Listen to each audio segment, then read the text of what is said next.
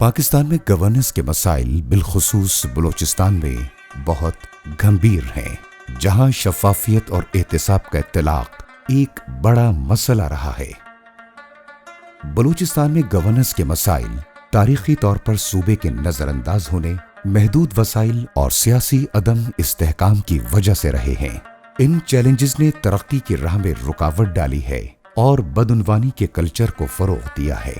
بلوچستان میں بدعنوانی کی جڑیں بہت گہری ہیں، جس سے تعلیم، صحت، ذریعہ معاش، ذرائع مواصلات اور انصاف تک رسائی کی عوامی خدمات متاثر ہو رہی ہیں۔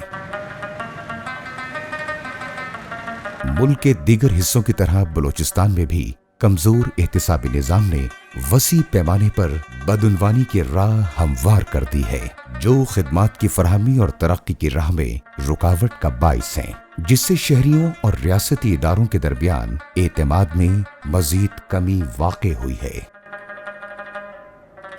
اکاؤنٹیبلٹی لیب ایک غیر سرکاری ادارہ ہے جو فعال شہریوں اور ذمہ دار رہنماؤں کے ذریعے اداروں کو جواب دہ بنا کر طرز حکمرانی کی بہتری کے لیے کوشش کر رہا ہے۔ اکاؤنٹیبلٹی لیب ملک بھر میں فعال شہریوں اور ذمہ دار رہنماؤں کی ایک تحریک تشکیل دے کر انہیں تکنیکی مدد فراہم کر رہا ہے تاکہ حکمرانوں کو مثبت سماجی اور اقتصادی تبدیلیوں کے لیے جواب دہ بنا سکیں۔ اکاؤنٹیبلٹی لیب نے حال ہی میں اینٹی کرپشن اسٹیبلشمنٹ بلوچستان، جو صوبے میں انسداد بدعنوانی کا بنیادی نگران ادارہ ہے، اس کی استعداد کار میں بہتری کے لیے امریکی سفارت خانے کے bureau of international narcotics and law enforcement affairs (INL) کے تعاون سے پروجیکٹ مکمل کیا۔ اس پروجیکٹ کا مقصد صوبے میں گورننس کی بہتری، احتساب کی ترویج اور سرکاری اداروں پر عوامی اعتماد کی بحالی تھا۔ پروجیکٹ کے 3 بنیادی مقاصد تھے۔ نمبر 1، بدعنوانی کے مقدمات کی تفتیش اور استغاثہ کے عمل میں اینٹی کرپشن اسٹیبلشمنٹ بلوچستان کی کارکردگی کا جائزہ لینا۔ نمبر 2، تفتیش کاروں اور استغاثہ کی استعداد کار میں بہتری۔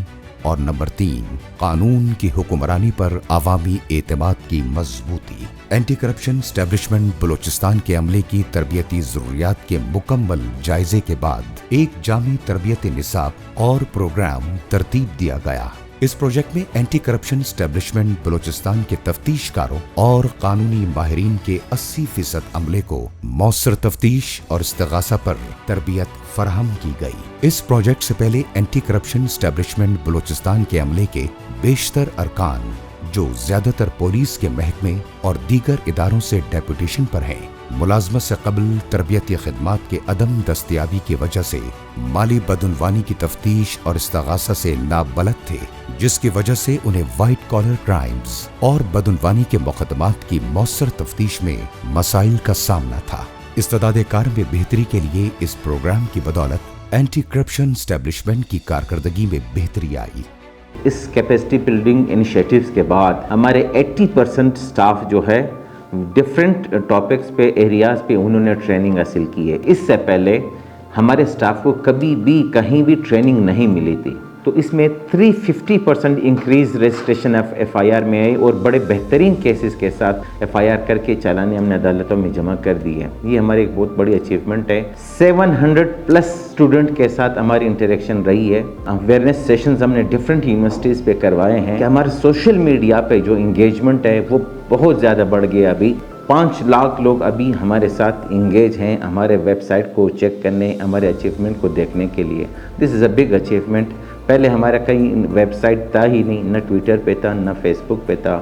الحمدللہ یہ ایک بڑی اچیومنٹ ہے جو ہم نے حاصل کی ہے اس کیپیسٹی بلڈنگ کے انیشیٹو کے حوالے سے۔ 2022 اور 2023 کے دوران FIRs کے اندراج کی تعداد میں 350% اضافہ دیکھنے میں آیا۔ اینٹی کرپشن اسٹیبلشمنٹ بلوچستان کے تفتیشی اور استغاثہ کے عملے کی بہترین صلاحیت اور مہارت کا براہ راست نتیجہ ہے۔ مجموعی طور پر 1 سال کے دوران 21 تحقیقات کو FIRs میں تبدیل کیا گیا۔ 2022 اور 23 میں رجسٹرڈ انکوائریوں کی تعداد 14 تھی، جو 2023 اور 24 میں بڑھ کر 48 ہو گئی۔ اینٹی کرپشن اسٹیبلشمنٹ نے 2023 کے دوران 15 گرفتاریاں کی، جو گزشتہ سال کے مقابلے میں 300% اضافے کو ظاہر کرتی ہیں۔